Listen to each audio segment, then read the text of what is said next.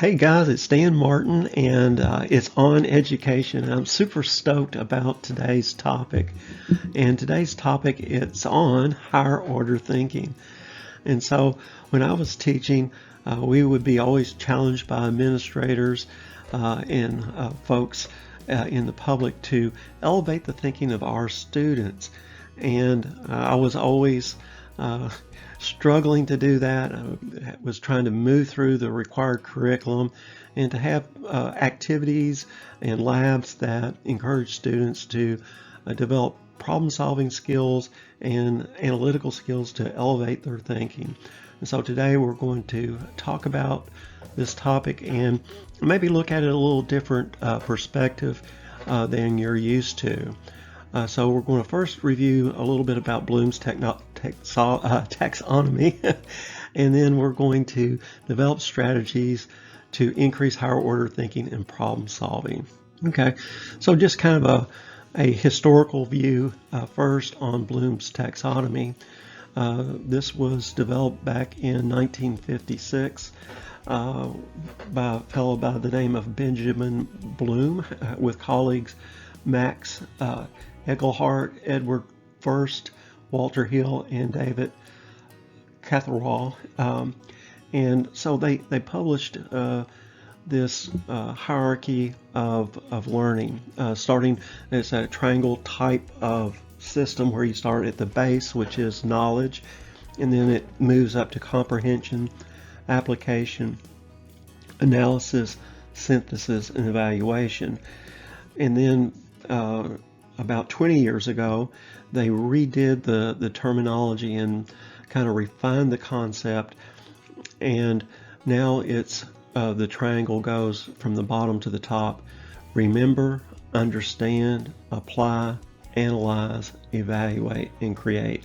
So a little bit different terminology, maybe one that was designed to help educators apply these concepts of the taxonomy of learning. And so if we look at the 2001 model, starting at the bottom part of the pyramid at the base, remember is the first one. And so this was developed, this new taxonomy was developed by some researchers and specialists with the title A Taxonomy for Teaching, Learning, and Assessment. This title draws attention away from somewhat static notion of educational objectives from the original Bloom and points to a more dynamic concept of classification. And so the remember part at the bottom is kind of defined as define, duplicate, list, memorize, repeat, state. So just the rote memory of the student. Understand says classify, describe, discuss, explain, identify, locate, recognize, report, select, translate. And so a little bit more depth of knowledge here for the understanding part, where you have to start putting some things together in groups and classifying them and translating maybe the ideas into a little bit more of a concept itself. Apply. Use information in new situations.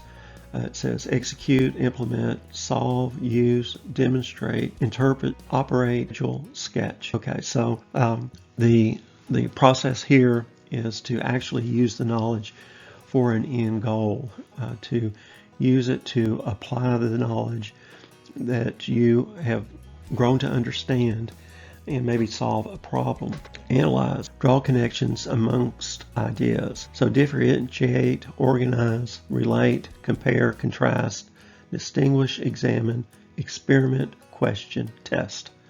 All right, so now we're getting into some higher level order thinking where we're actually analyzing the information and using it to compare maybe alternate hypotheses and to compare different ideas. And then we go up to elevate, justify a stand or decision.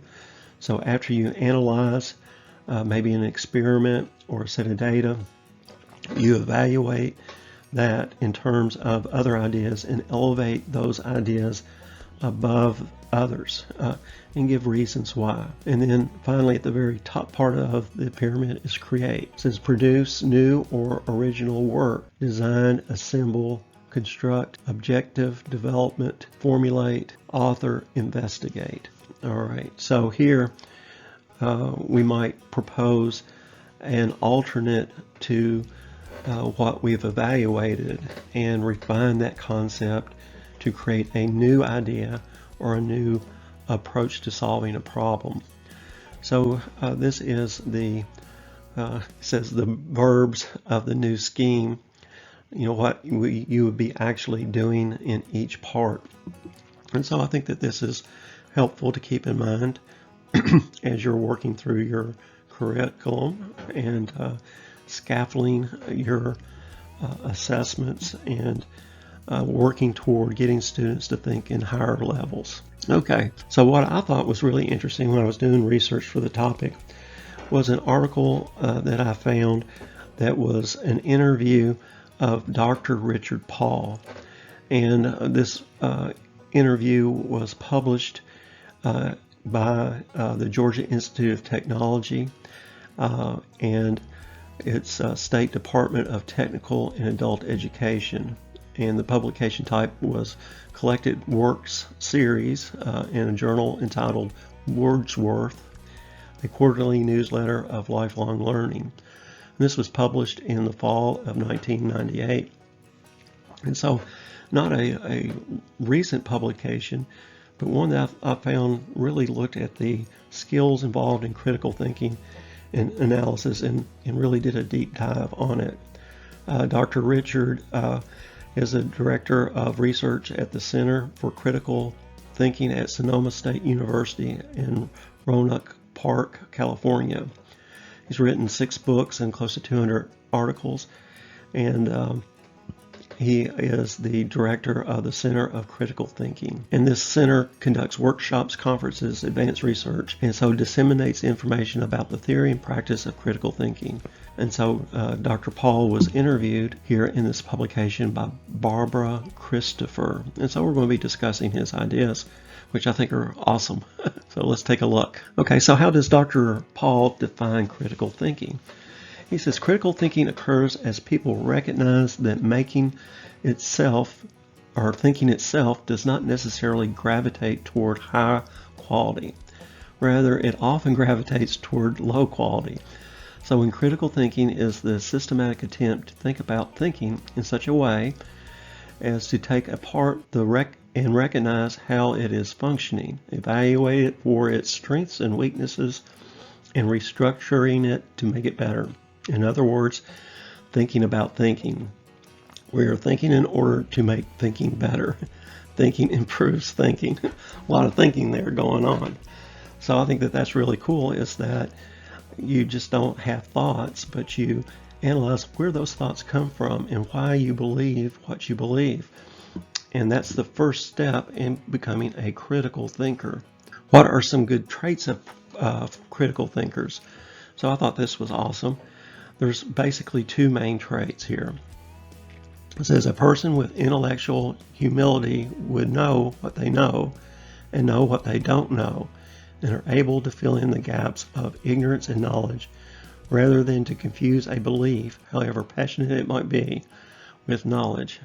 And I always told my kids, and it confused them, I always told them, I know what I know, and I know what I don't know, So it's important to realize that no matter how much knowledge you gain, there's always something more to learn, and that you can revise your opinions and thoughts as you get more and more data, and you should.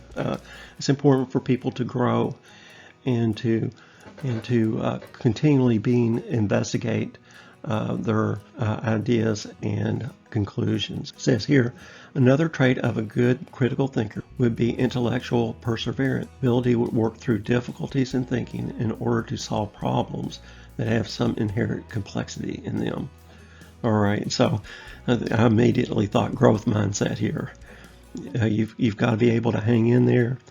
You've got to realize that intelligence is not static, that if you work on it, you will become a stronger and more and your abilities to think at higher levels will increase.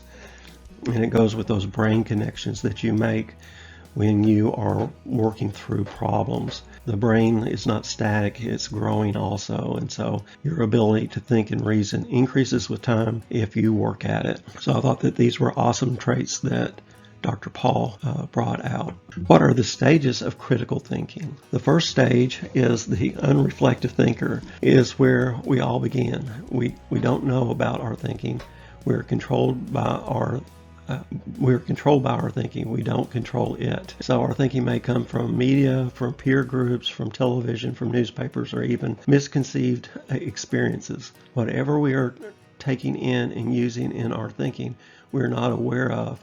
So we are unreflective. And so, media bias, for example, you watch a television program and you look at the so-called experts and they say one thing, and you automatically take that for granted. You think, well, that should be true, right?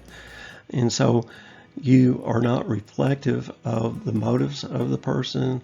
You're not reflective about what kind of data that they've used to draw their conclusions and so forth. The second occurs when we undergo a crisis of recognition that our thinking is not what it could be. All right, so we listen to the so-called experts, and then we go out in life and we realize that what they're telling us doesn't really apply to us, or maybe is misconception of a concept, or maybe just an out-and-out untruth. And so we realize that maybe the way that we're thinking and the way we're influenced comes from not totally unbiased sources. The third stage occurs when we begin to try to do something about the problems in our thinking. We call this stage the beginning thinker. In a way, that's misleading because it sounds like the person hasn't been thinking. What we mean is the beginning critical thinker, beginning to think about your thinking with a recognition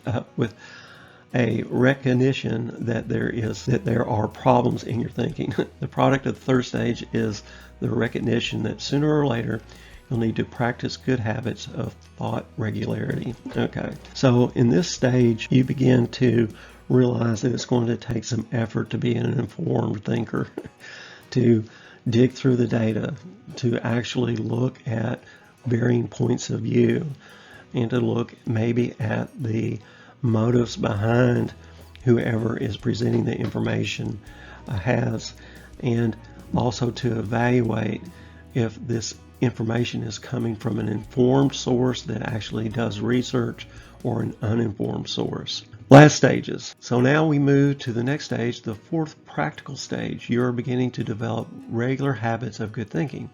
You are far from accomplished thinker, but you are practicing what you are practicing is improving the quality of your thinking, and with the practice and eventually progress.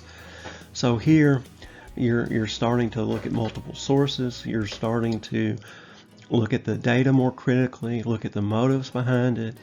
You're really coming a long way into being a more discerning consumer of information. And then it says the last stage is the fifth advanced thinker. Although there may be many stages within this stage, is basically relative progressing to the final stage we recognize as a master thinker. The thinker in this stage is a person who, whatever the problem is presented, would tend to do good thinking about it. The master thinker asks good questions. They look for the right kind of data. They conceptualize the data efficiently. They test their thinking effectively. Then they are able to do it in a kind of global sense across the various domains of life. Then they are approaching the master thinker. And so I would challenge you to say that you are a master thinker. I think that most of us, if we are honest with ourselves, would say that we only do this on problems that affect us greatly. Maybe a health concern, maybe making a financial decision. Hopefully you really bear down and you do your research and you conduct yourself in a way that you're confident in your decision-making process. But I think a lot of times people just defer to others. They say, well, so-and-so's an expert in the topic, and so I am going to take the easy way out and just copycat them. And in certain circumstances, when things aren't of great importance to you, that might be okay. But we certainly need to develop skills in students where if they need to, they can bear down and be a master thinker on an important problem to them. Hey guys, sorry to interrupt, but I got an important question for you. Do you have a special skill or talent that you need to share with the world? Maybe you're an excellent photographer, or maybe you're an excellent woodworker, or crafter, or cook. There are any number of things that people do every day and really enjoy and do well that they need to share with others. And so let the good people at Teachable lead you through the process of designing your own online course.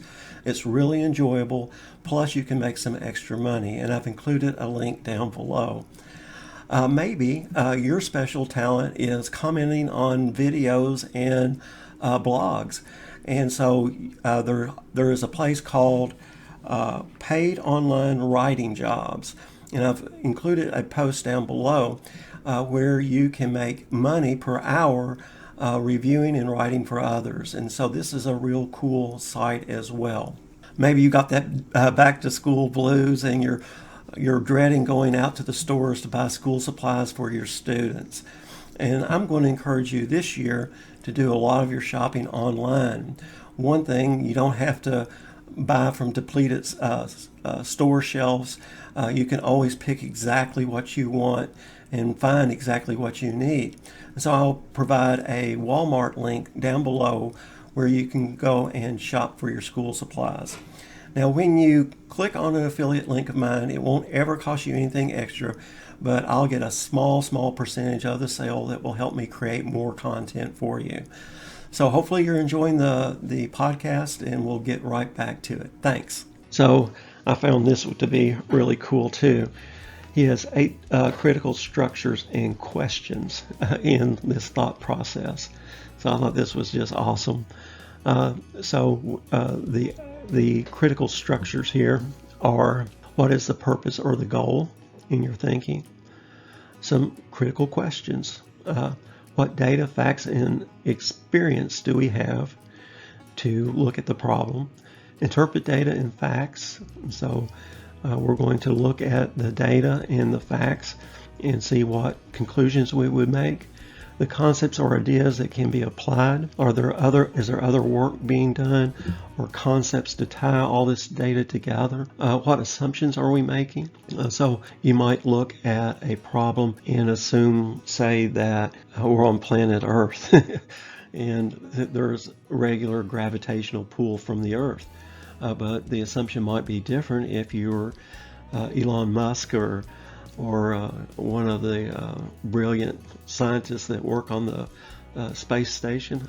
So the assumptions might be different in other environments. If you were looking at educational issues, assumptions might be made about the environment that students are being brought up in. If they're in an impoverished area, maybe in Africa, maybe you make the wrong assumption that they have all the materials that they need. So these are things to think about. What are the implications and consequences of our assumptions? So what if we assume something that's not true? How will that change the problem? And so whether you think within a point of view, whatever you think within a point of view is the last one. And so what is your inherent biases that you bring into the problem, and how can you structure your thinking to eliminate as much of the bias as possible? All right. There are 8 questions, or questions at least, that you could ask of any thinking. Okay, so the first part was structures, and this is questions, and there's some overlap here, but I think it's interesting to read these. What's the purpose, or what's the question? Okay, so the very first structures were purpose or goal, and so the questions could be: what's the purpose of our thinking? What is the essential question? What data do we have to work with? So that's a little bit of an overlap. How are you interpreting this data? Are you using some sort of randomized design, or are you just taking it for face value? Are there actual differences between the measurements, or are some of the differences due to chance? Okay, so things to think about. What are the key concepts or ideas we need to understand here?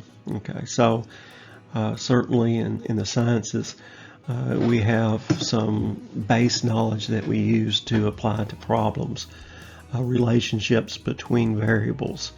And so what would that be? If you were in the political sphere, you might say, well, what are the key concepts or ideas that different political groups have and hold true? Do they always hold true, or are there exceptions to those? Number 5, what are we taking for granted?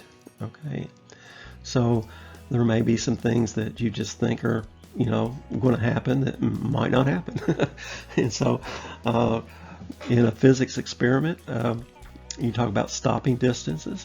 Well, are we taking for granted that the stopping distance is on a dry road or a wet road? So those are some things that maybe you're taking for granted that you might not should. What are the, number 6, what are the implications of proceeding? Okay, so what happens when we make a decision? What are the outcomes that could happen? How are we looking at this? Okay, so what's our perspective on things? Do we have some inherent biases?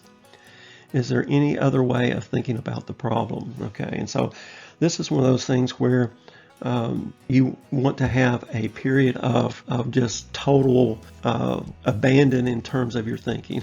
So you want to get outside the box and think about, generate ideas to solve problems.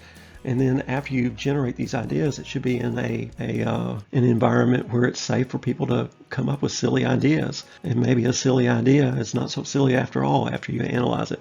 But most of those ideas are thrown out. But it's the process of brainstorming and coming up with things. And we'll talk about the Disney method here in one of the videos, and we'll talk about the whole process of creative problem solving. Switching off here, and we're going to talk about, and this is Theory into Practice, summer of '93, a sociological collection from Lewis, Arthur, Smith, and David. Theory into Practice, summer of '93. Volume 32, issue 9, page 131. Okay, so the authors point out that there is a difference of approach in defining higher order thinking from philosophers to psychologists. And so philosophers versus psychologists, ways to improve the process is the general topic. And so here they say philosophers tend to look through a prism of reflective thinking and logic. And then psychologists tend to look at the problem solving and experimentation and research.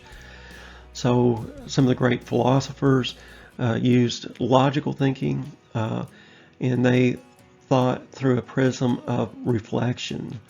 If this is true, therefore this has to be true.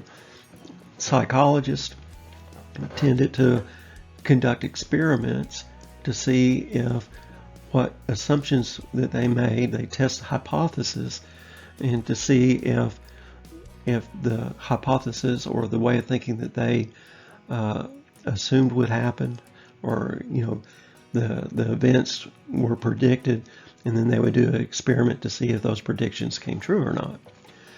Higher versus lower level thinking. Okay, so this comes from a researcher called Mayer. He said, learned behavior plugged into a taught formula is reproductive thinking. Okay, so reasoning, rearranging a formula, or putting formulas together to solve a problem is higher level thinking. And so there's a difference in Mayer's mind that, reproducing other people's thoughts or data is more of a reproductive, and then rearranging formulas and putting things together is more of a higher level type of approach. Okay, and another famous scientist and thinker was a fellow by the name of Bartlett.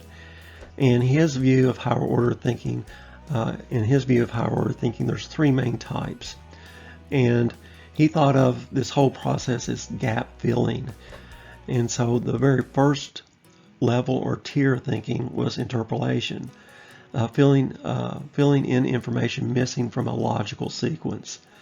And so you might think of this as maybe following a pattern in math, evens and odds, for example, or maybe filling in a term in a fill in the blank type of question for social studies or history. Extrapolation would be extending an argument or a statement.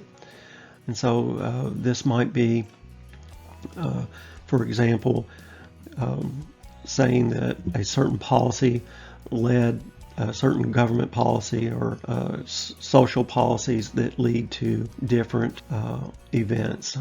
Say high spending leads to inflation.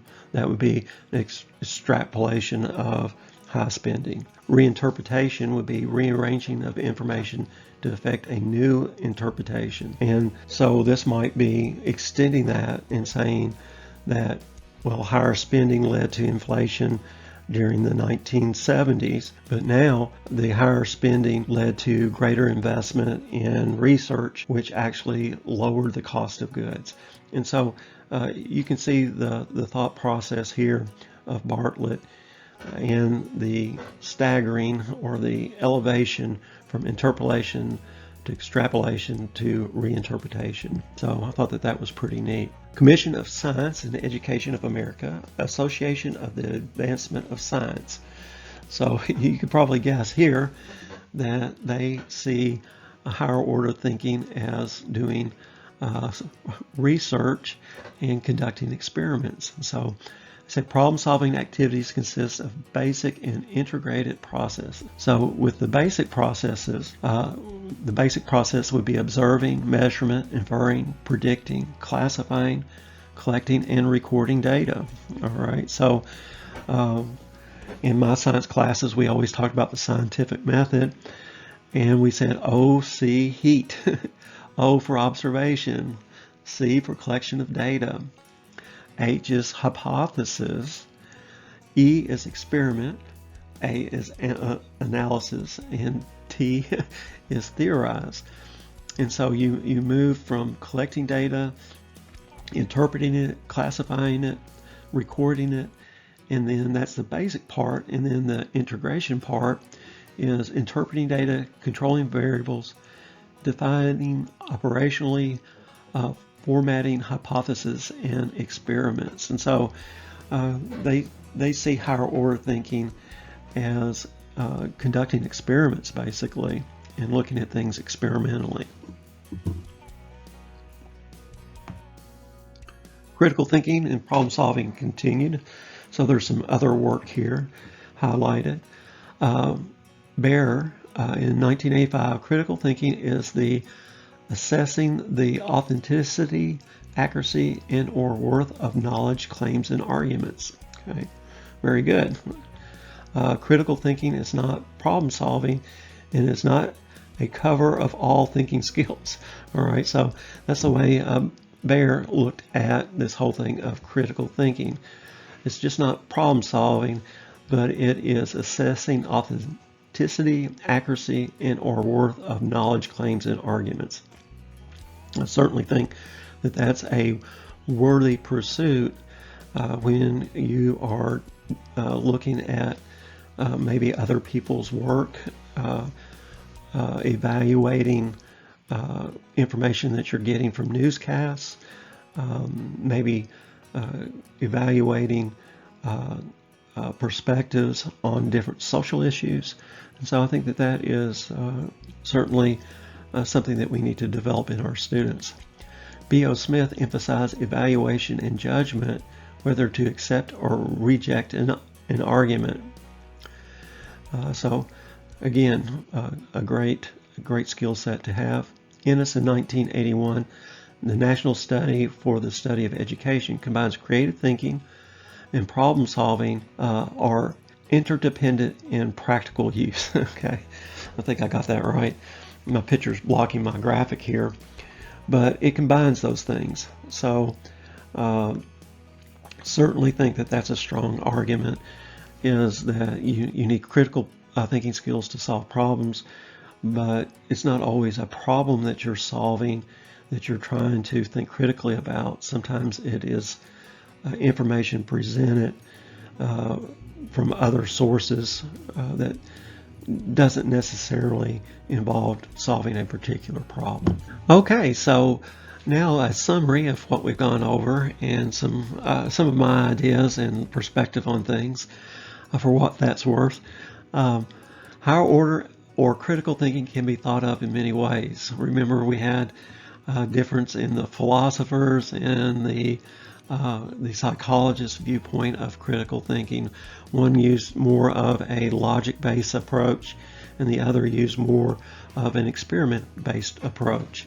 We also had people thinking that critical thinking is just not problem solving, it's evaluating arguments. And so there are lots of different ways to think about critical thinking, and the main thing is to think about your thinking.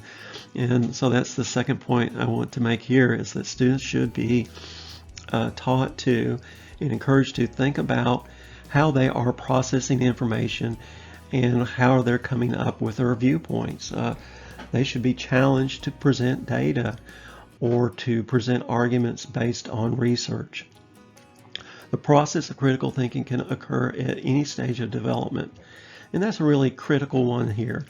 No matter what level you're teaching at, you can always push the students to think about what they're doing and what arguments are made, and it can be conducted from the very youngest student in grade school to certainly juniors and seniors in high school. Concepts that are learned or taught are not as memorable as concepts that are discovered through productive thinking. All right, so this is one of those really difficult things for all teachers, is, what do you spend your time on, and how much do you let your students do discovery type learning?